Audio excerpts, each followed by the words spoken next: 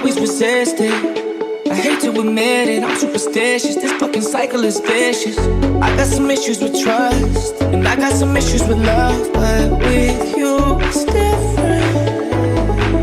There's something about me and you. You're just too good to be true. I don't want